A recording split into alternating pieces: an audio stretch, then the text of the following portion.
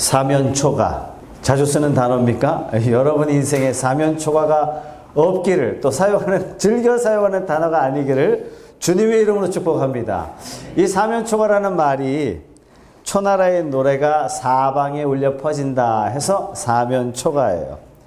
그러니까 우리가 삶에서 진퇴양난에 사방으로 우겨쌈을 당하는 곤란한 상황에 딱 직면했을 때 우리가 야, 사면초가야, 이런 말을 쉽게 사용하는 단어입니다. 자, 중국 대륙에 한나라와 초나라가 패권을 다퉜을 때 한나라의 세력이 점점 상승해졌어요. 초나라가 점점 밀려가게 됐죠.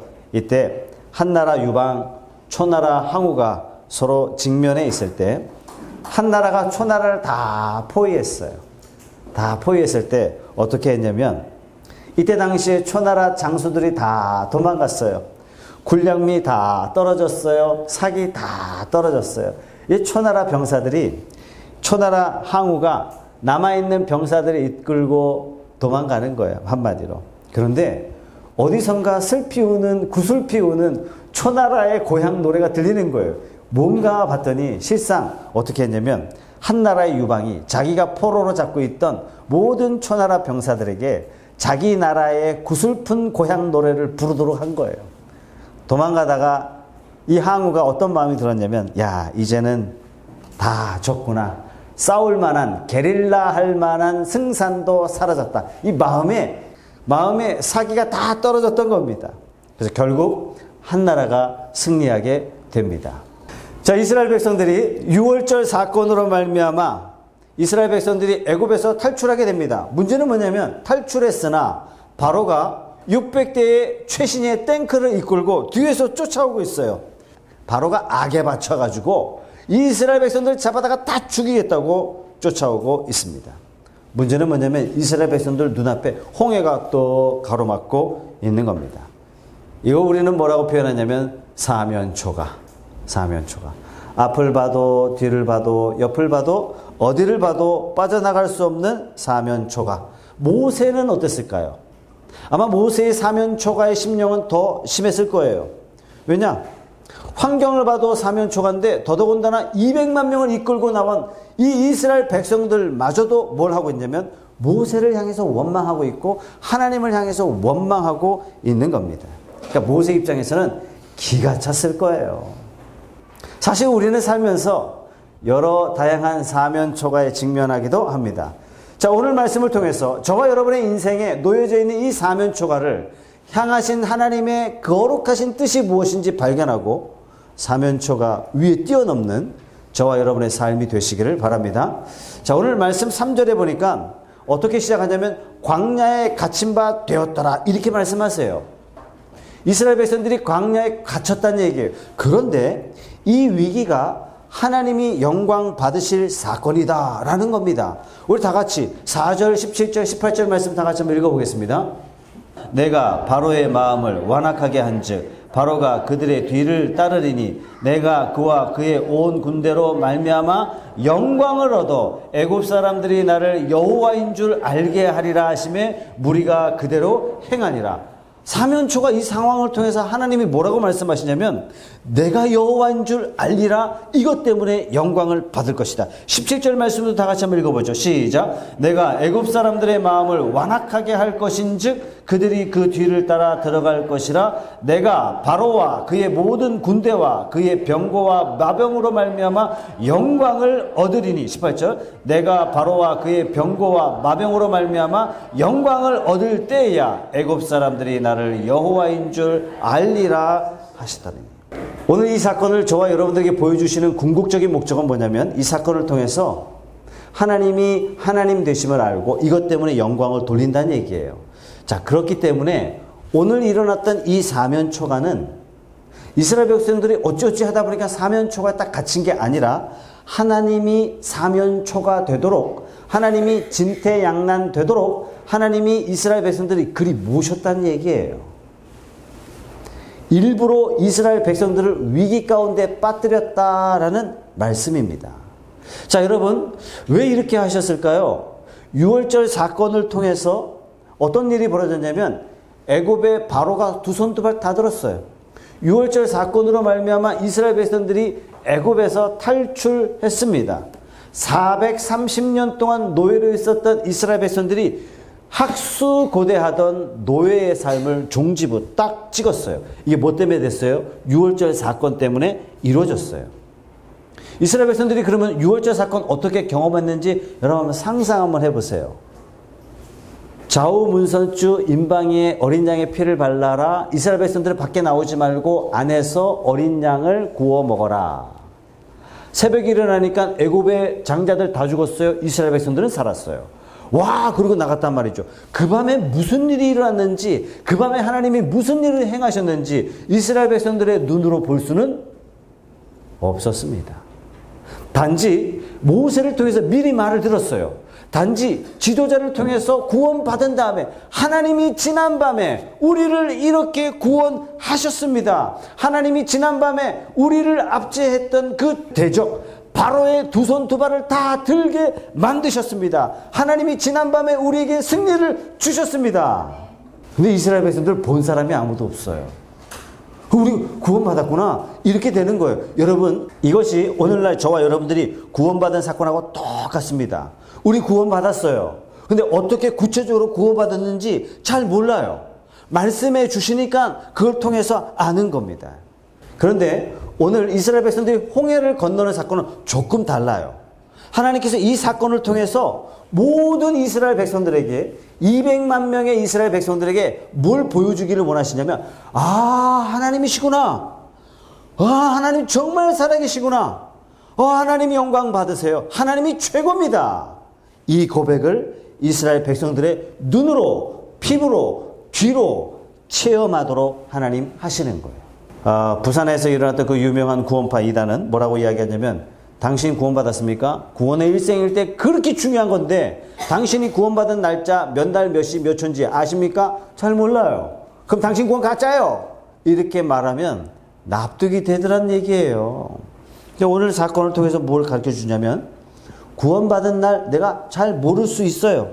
단지 뒤늦게 하나님이 나를 정말 사랑하셔서 오랫동안 부모님으로부터 기도하게 하시고 눈물 흘리게 하시고, 오래전에 내가 이러한 아픔과 좌절을 겪고 야, 세상에 소망 없구나 라고 우연찮게 친구 따라서 교회 한번 와봤는데 그게 내가 은혜를 받은 거예요. 눈물을 흘리게 되고 찬양하게 되고 어느 날 내가 구원받은 거예요. 하나님께서 오래전부터 나를 사랑하셨구나. 이미 하나님께서 나를 오래전부터 부르셨구나 라고 지나와서 우리는 알게 되는 거예요. 그러나 구원받은 저와 여러분들에게는 살아가면서 여러 가지 사건들을 보여주세요.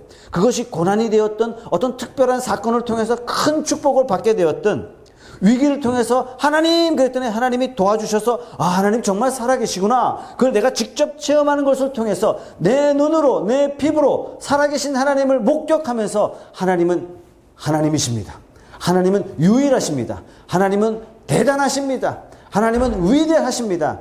나에게 유일한 신은 오직 하나님밖에 안 계십니다. 이런 고백을 우리로 하여금 하게 하십니다. 이런 사인들이 여러분들에게 주어질 때 이 사인을 통해서 과연 하나님이십니다 라는 이 고백이 저와 여러분의 고백이 되어지기를 주님의 이름으로 축복합니다.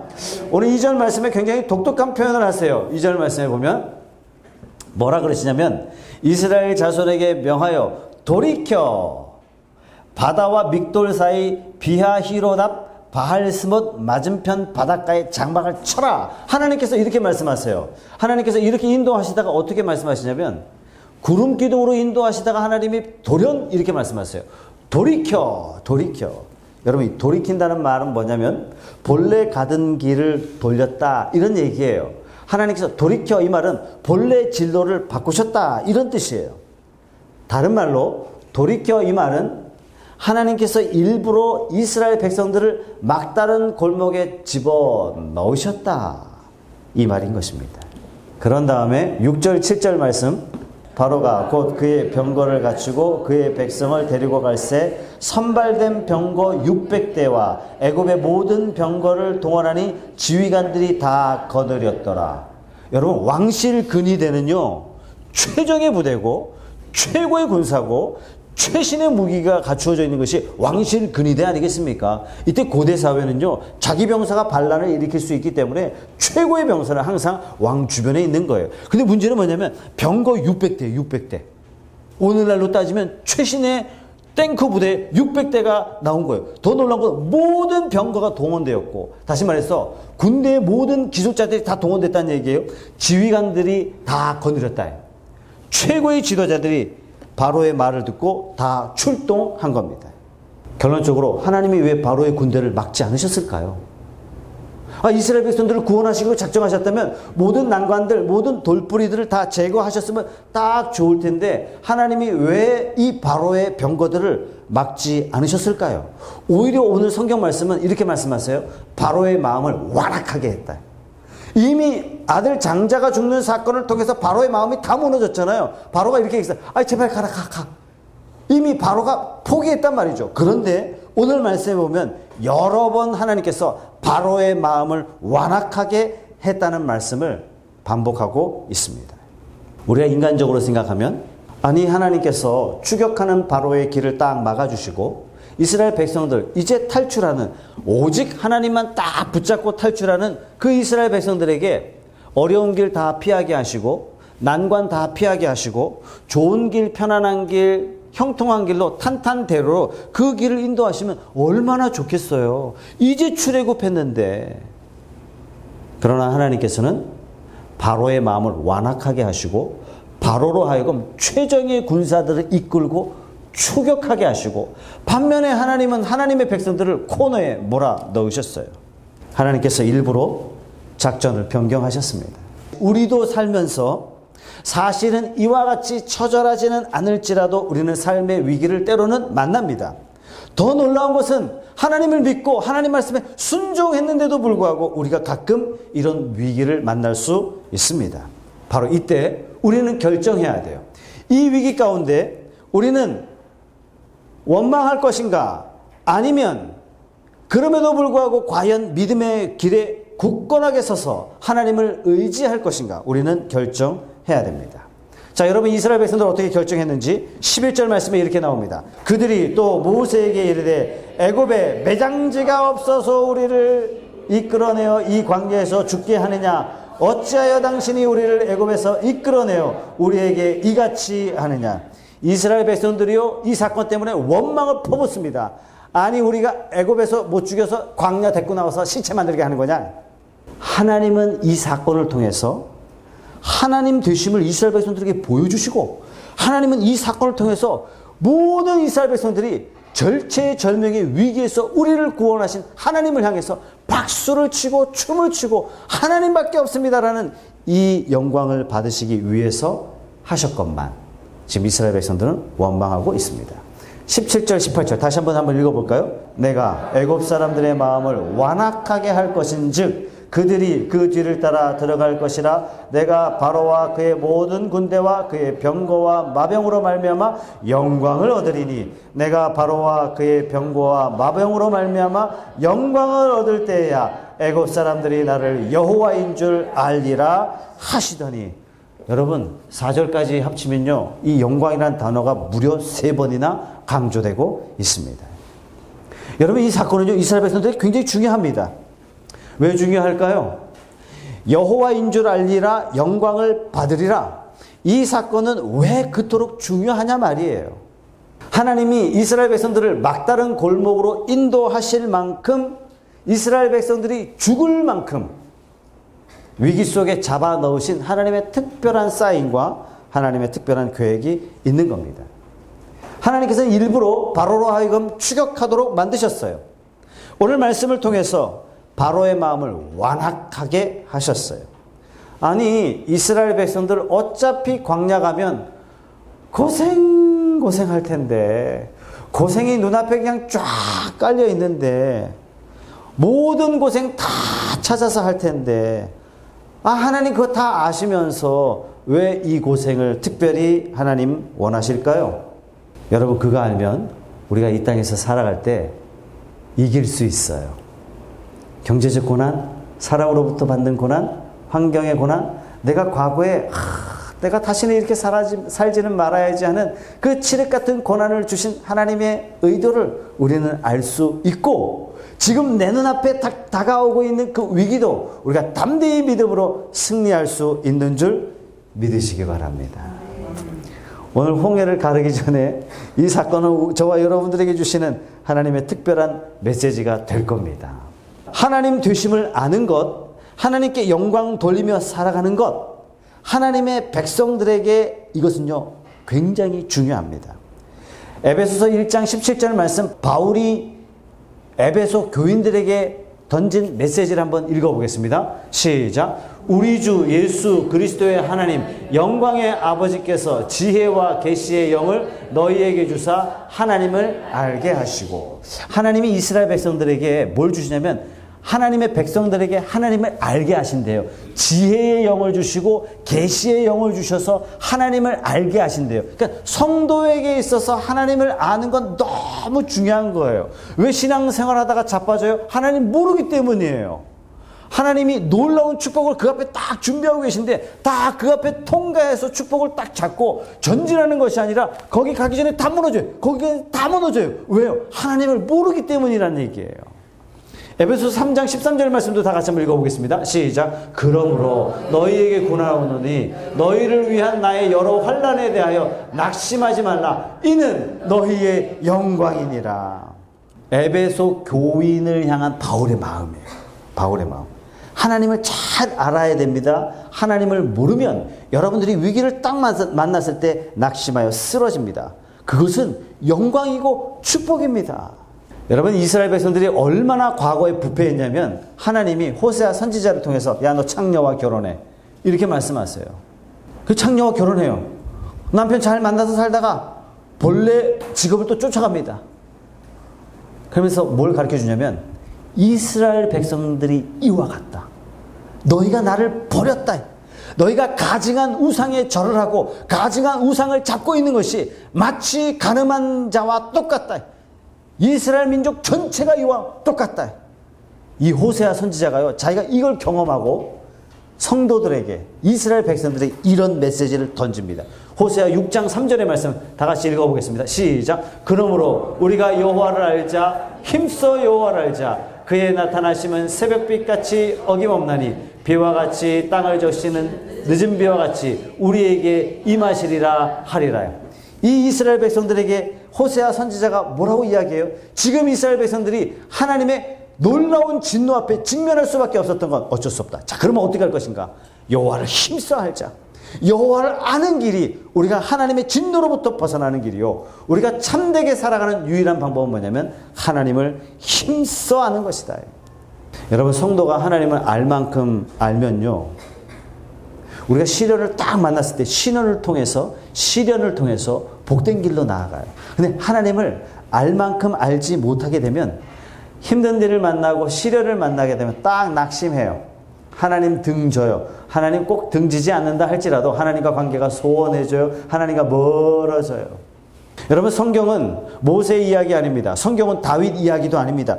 철저하게 성경은 처음부터 끝까지 하나님에 관한 말씀이에요. 끊임없이 하나님이 어떤 하나님인지 우리에게 보여주시고 가르쳐주세요. 왜요? 하나님을 알면 알수록 우리는 어떠한 환경에서 하나님을 견고하게 붙잡고 하나님이 예비하신 복된 길에 설 수 있게 되는 것입니다. 이제 이스라엘 백성들이요, 광야로 나가요. 여러분, 광야는 아무것도 없는 곳이에요. 아무것도 의지할 수 없는 것이에요. 기댈 것도 없는 것이 광야라고 말씀드렸습니다. 이때 하나님이 말씀하세요. 너희에게 제일 중요한 것은 환경이 아니라 하나님을 아는 것이다. 너희가 하나님을 잘 알면 아무것도 없는 그 광야에서 당당하게 풍요롭게 위대한 하나님의 민족으로 너희가 살 수 있다. 이걸 가르쳐 주시는 거예요. 예수 믿는 저와 여러분들에게 제일 중요한 것은 하나님을 바르게 아는 겁니다. 하나님을 잘 아는 거예요. 그래서 성경 읽는 게 너무 중요하고요. 기도하는 것도 너무 중요하고요. 또 서적을 통해서 하나님을 더 깊이 이해하는 것도 중요하고요. 성경 통독을 통해서 하나님을 깊이 체험하는 것은 든든한 반석 위에 서는 우리의 삶을 견고하게 세우는 기초적인 작업이 되는 것입니다. 자, 오늘 이 사건을 통해서 하나님이 이렇게 말씀하세요. 13절, 14절 말씀인데요. 와, 기가 막힌 말씀이에요. 이 말씀 다 같이 한번 읽어보겠습니다. 시작. 모세가 백성에게 이르되 너희는 두려워하지 말고 가만히 서서 여호와께서 오늘 너희를 위하여 행하시는 구원을 보라. 너희가 오늘 본 애굽 사람을 영원히 다시 보지 아니하리라. 여호와께서 너희를 위하여 싸우시리니 너희는 가만히 있을지니라. 하나님을 전적으로 신뢰하라. 지금 이스라엘 백성들이 만나게 되는 모든 사건들은 첫째, 하나님을 알게 하는 거예요.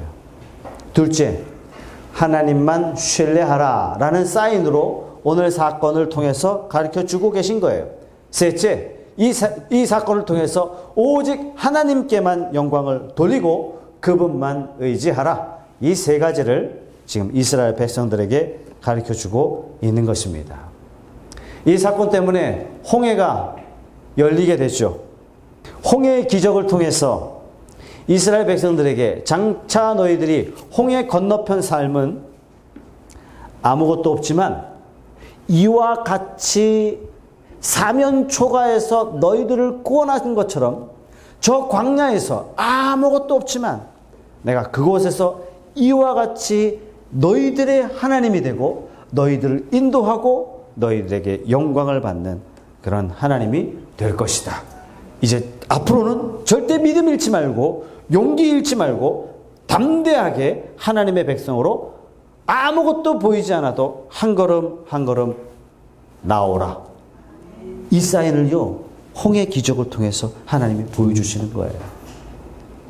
또 한 가지, 이 홍해 건너는 것을 통해서 이스라엘 백성들이, 우리는 뭐라고 이야기하냐면 이스라엘 백성 전체가 세례받는 장면이에요. 다시 말해서 이스라엘 백성들이 바로로부터 구원받은 사건에 이스라엘 백성들이 행했던 건 뭘까요? 바로를 위협했습니까? 600대의 철병거와 직접 싸웠습니까? 이스라엘 백성들이 홍해를 가르기 위해서 바가지로 일제히 200만 명이 일제히 홍해를 푸기 시작했습니까? 아무것도 한 게 없어요. 정말 아무것도 한 게 없어요. 이 사건을 통해서 우리에게 뭘 가르쳐 주냐면 너희가 구원받는데 행한 게 도대체 뭐냐 이거예요. 아무것도 없는 거예요. 하나님이 다 하셨어요. 마찬가지로 광야에서의 모든 삶도 하나님이 다 해줄게. 저와 여러분들에게 구원을 하나님이 다 행하시고 구원받은 성도로서의 남은 인생을 하나님이 다 책임질게 하시는 이 사인이 오늘 말씀의 사인인 줄 믿으시기 바랍니다. 우리가 할 수 있는 게 뭐냐면 하나님께 영광 돌리는 거예요. 우리가 할 수 있는 게 뭐냐면 하나님을 찬양하는 거예요. 우리가 할 수 있는 게 뭐냐면 오직 하나님만 높여드리는 것입니다. 그럼에도 불구하고 이스라엘 백성들이 이 선택의 기로에서 어떻게 했느냐. 430년 노예의 생활을 종지부 딱 찍어주신 그 하나님 앞에 이스라엘 백성들이 12절 말씀에 이렇게 하죠. 12절 말씀 다 같이 읽어보겠습니다. 시작. 우리가 애굽에서 당신에게 이른 말이 이것이 아니냐 이르기를 우리를 내버려두라. 우리가 애굽 사람을 섬길 것이라 하지 아니하더냐. 애굽 사람을 섬기는 것이 광야에서 죽는 것보다 낫겠노라. 이스라엘 백성들이 원망하죠. 위기를 만나자 원망하죠. 저는 오늘 말씀을 지난주에 준비하면서 너무 감사해요. 프로스교회 위기 만났는데 원망하는 사람들이 없더란 얘기예요. 다 덤벼서 자기 일처럼 이 문제를 해결하려고 하는 하나님의 놀라운 이 일하심을 보고 야, 참 하나님 놀라우시다. 놀라우시다. 될 교회는 따로 있는 게 맞는갑다. 이스라엘 백성들이 하나님의 인도하심을 따라 나아갔어요. 구름 기둥 따라서 이스라엘 백성들이 발걸음을 뗐어요. 앞에는 홍해, 뒤에는 애굽의 군대가 기다리고 있습니다. 아니, 말씀에 불순종하다가 이런 상황 딱 만나면 아이고 내가 잘못했구나. 이러면 텐데 말씀에 순종해서 나갔는데 이런 환난을 만났어요. 여러분 마찬가지입니다. 하나님의 백성이 하나님 말씀 참 믿고 따라갔는데 홍해 같은 환경을 만나요. 애굽 군대 같은 사람의 위협을 우리가 당할 수 있습니다. 사실 우리 인생에 만나는 대부분의 위기는요, 홍해 같은 환경과 바로의 군대 같은 사람의 문제예요. 이때 우리는 뭘 하냐면 나는 아무 잘못 없는데, 특별한 잘못이 없는데 내가 갑자기 내가 스스로 손쓸 수 없는 위기에 딱 만났다. 이때는요, 하나님이 이런 사인이에요. 너 그럼에도 불구하고 하나님 뜻 확고하게 붙잡아라. 아무리 어려워도 믿음 놓치지 말고 용기 있는 믿음의 사람처럼 견고하게 믿음의 사람으로 서라. 아, 이 속에는 하나님의 특별한 계획이 있구나. 이 어려운 상황을 통해서 하나님을 나를 어떻게 들어 세워주실지 기대된다 라는 그런 마음으로 오히려 기대하시고 오히려 하나님 앞에 나아가는 저와 여러분 되시기를 주님의 이름으로 축복합니다. 자, 그런 차원에서 13절 14절 다시 한번 읽어보죠. 13절 14절 시작. 모세가 백성에게 이르되 너희는 두려워하지 말고 가만히 서서 여호와께서 오늘 너희를 위하여 행하시는 구원을 보라. 너희가 오늘 본 애굽 사람을 영원히 다시 보지 아니하리라. 여호와께서 너희를 위하여 싸우시리니 너희는 가만히 있을지니라. 가만히 있을지니라. 여러분, 아무것도 하지 말란 뜻이죠. 사면 초가에 우리 인생에 도대체 출구가 보지 않은 한계의 상황에 딱 도달했을 때는요, 인간의 노력이 다 필요 없어요. 머리 짠다고 짰지만 그게 머리가 아니에요. 그 방법이 아니에요. 이런 한계에 부딪혔을 때 이때 우리는 어떻게 하냐면 오늘 말씀처럼 아무것도 하지 않는 거예요. 우리가 아무것도 할 수 없는 그 상황이 딱 직면했을 때 모세의 이 메시지를 기억하는 겁니다. 가만히 있어라. 역설적이지만 뭔가 그래도 지푸라기라도 잡는 심정으로 뭔가 해야 되지 않겠습니까? 라고 하지만 실제 아무것도 할 수 없을 그 상황에 딱 직면했을 때는 하나님이 우리에게 이런 메시지를 주시는 거예요. 네 힘으로는 안 된다. 나를 의지해라. 너의 머리 굴린다고 그게 되는 게 아니야. 나를 의지해라. 너의 방법으로 되는 게 아니야. 나를 의지해라. 하나님이 너를 위해서 행하시는 구원을 보라. 여러분, 좋은 신앙과 나쁜 신앙의 차이점은요, 아주 간단합니다. 좋은 신앙과 나쁜 신앙의 차이점은 교회에 얼마나 많이 자주 오는가, 그게 아니에요. 그 뭐냐면 내 인생의 주어가 바뀌었느냐 안 바뀌었느냐예요. 창세기 11장은 바벨탑 사건으로 이스라엘 인류가 흩어지죠. 바벨탑 사건으로 다 무너집니다. 이때 언어가 갈리게 됐죠. 바벨탑 사건, 그 다음에 바로 나오는 게 창세기 12장에 아브라함을 부르시는 사건 아닙니까? 이 두 사건이 우리에게 주신 아주 극명한 차이점이에요. 창세기 11장은 바벨탑을 쌓았던 세상 사람들의 특징이 뭐냐면, 하나님 없는 사람들의 특징이 뭐냐면 우리가 모든 주어가 우리예요. 우리가 높아지자, 우리가 흩어짐을 면하자, 우리가 저장하자, 우리가 힘을 비축하자, 우리가 싸우자, 우리가 높아지자예요. 우리가 명예롭게 되자예요. 내가 주어예요. 내가 주어. 그러나 창세기 12장에 가면 하나님께서 아브라함을 축복하시는데 누가 축복하시냐면 여호와가 아브라함을 축복하시고, 여호와가 아브라함을 축복의 통로 되게 하시고, 여호와가 아브라함의 후손들을 복되게 하시고 복의 근원 삼아주십니다. 주어가 달라요. 창세기 11장의 주어는 우리가지만 창세기 12장의 주어는요, 여호와예요. 그러니까 좋은 신앙의 사람은 어떤 사람이냐면 인생의 주권이 여호와께로 바뀌어져 있는 사람. 하나님이 하셔야 사업이 되는 거예요. 하나님이 하셔야 자녀가 잘 자라는 거예요. 하나님이 하셔야 이 가정의 평화, 하나님이 하셔야 되는 거예요. 그것인 줄로 믿고 하나님께 맡길 수 있는 것, 그런 저와 여러분들이 다 되시기를 주님의 이름으로 축복합니다. 요한복음 2장에 가면은 가나 혼인잔치가 소개되고 있습니다. 이 가나 혼인잔치에 포도주가 떨어졌습니다. 포도주가 떨어지면 술을 사오든지 술집으로 가든지 파티를 마감하든지 이렇게 해야 되죠. 그런데 이 상황에 예수님의 어머니 마리아는 예수님을 찾습니다. 상황으로는 사람의 힘으로 방법이 없는데 누구를 찾냐면 문제의 해결자 대신 하나님을 찾아가는 거예요.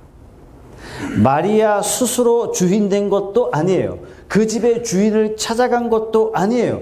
문제의 해결자 대신 하나님을 찾았다는데 저와 여러분들이 삶의 지혜를 얻는 사건이 되시기를 바랍니다. 우리 인생에도 반드시 인생의 한계를 만났을 때 있을 겁니다. 그때 하나님은 우리의 태도를 보세요.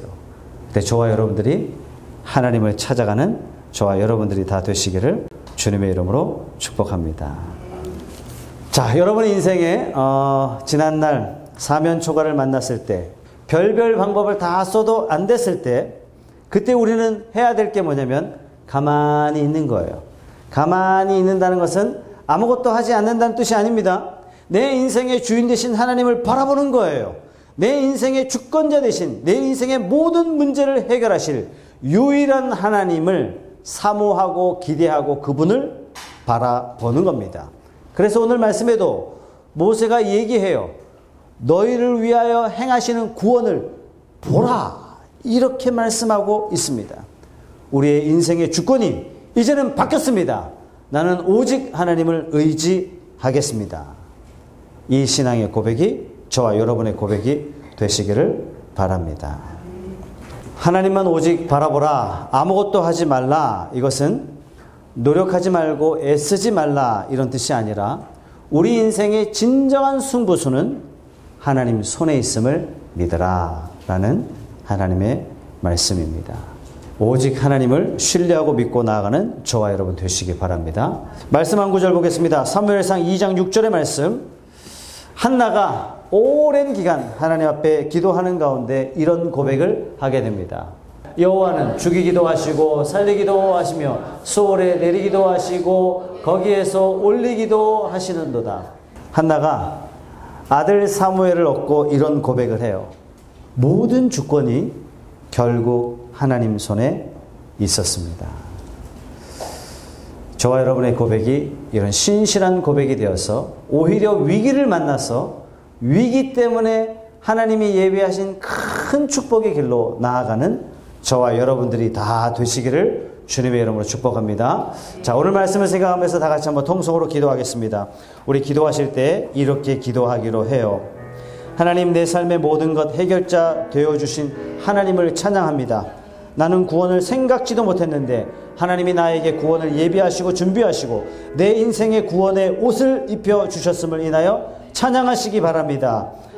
뿐만 아니라 내 사업, 내 자녀, 내 가정, 내 신앙 모두 하나님의 손안에 있음을 인하여 감사하십시오. 오늘 말씀을 통해서 모든 것 다 책임져 줄게 하는 하나님의 음성 때문에 하나님 앞에 감사하시기 바랍니다. 뿐만 아니라 지금까지 내가 내 인생의 주인인 것처럼 살아왔던 것 회개합시다. 작은 어려움 속에서도 원망했던 것 떠오른다면 회개합시다. 그리고 높으신 그 사랑 많으신 하나님을 알기를 원합니다. 하나님, 예배를 통해서 말씀을 통해서 찬양을 통해서 기도를 통해서 주님을 더 깊이 알기를 원합니다. 이제는 문제 앞에 좌절하고 원망하는 것이 아니라 오히려 하나님을 기대하고 하나님만 사모하며 하나님만 찬양하는 그러한 삶이 되겠습니다. 그러한 성도가 되게 하여 주시옵소서. 다 같이 한번 통성으로 부르짖어 기도하겠습니다. 하나님 아버지 감사합니다.